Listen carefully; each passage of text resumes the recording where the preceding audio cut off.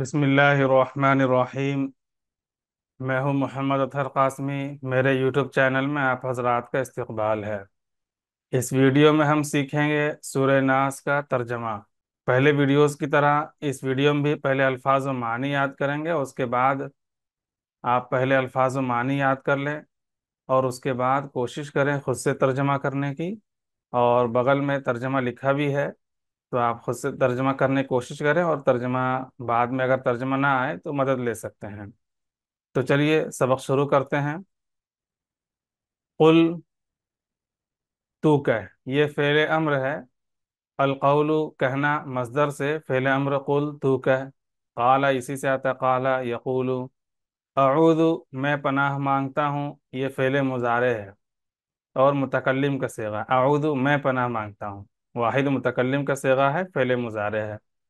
برب الناس، لوگوں کے پروردگار کی، یہ مضاف الیہ ہے، با الگ ہے، با حرف جار ہے، یہ الگ ہے۔ رب الناس، مضاف الیہ میں ایک چیز کی نسبت دوسرے کی طرف ہوتی ہے، جیسے ہم کہیں گے زید کا قلم، تو قلم کی نسبت اس میں زید کی طرف ہے۔ ساجد کی کتاب، تو کتاب کی نسبت ساجد کی طرف ہے۔ تو اسی طرح یہاں نسبت ہوتی ہے ایک چیز کی، رب الناس، اور عربی میں بالکل الٹا ترجمہ ہوتا ہے، جیسے رب الناس، الناس کا ترجمہ پہلے ہوگا پھر رب کا ہوگا۔ رب الناس، لوگوں کا پروردگار، پہلے اس کا ترجمہ ہوگا ناس کا پھر ادھر کا، اور مضاف یہ ہے، رب کی نسبت کی جا رہی ہے الناس کی طرف، اور مضاف الیہ ہے، تو یعنی عربی میں پہلے مضاف الیہ کا ترجمہ ہوگا پھر مضاف کا ہوگا۔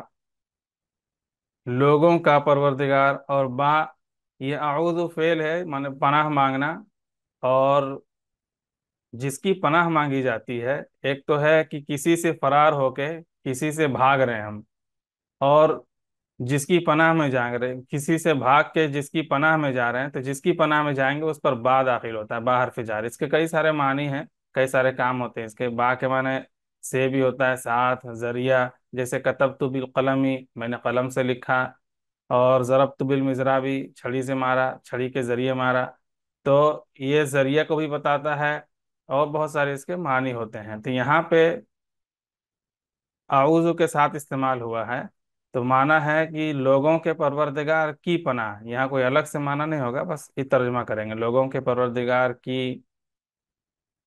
ملک الناس، یہ بھی مضاف الیہ ہے، لوگوں کے بادشاہ کی، لوگوں کے بادشاہ کی۔ الہ الناس، لوگوں کے معبود کی، الہ کے معنی معبود جس کی عبادت کی جاتی ہے، اور الہ الناس، لوگوں کے معبود کی۔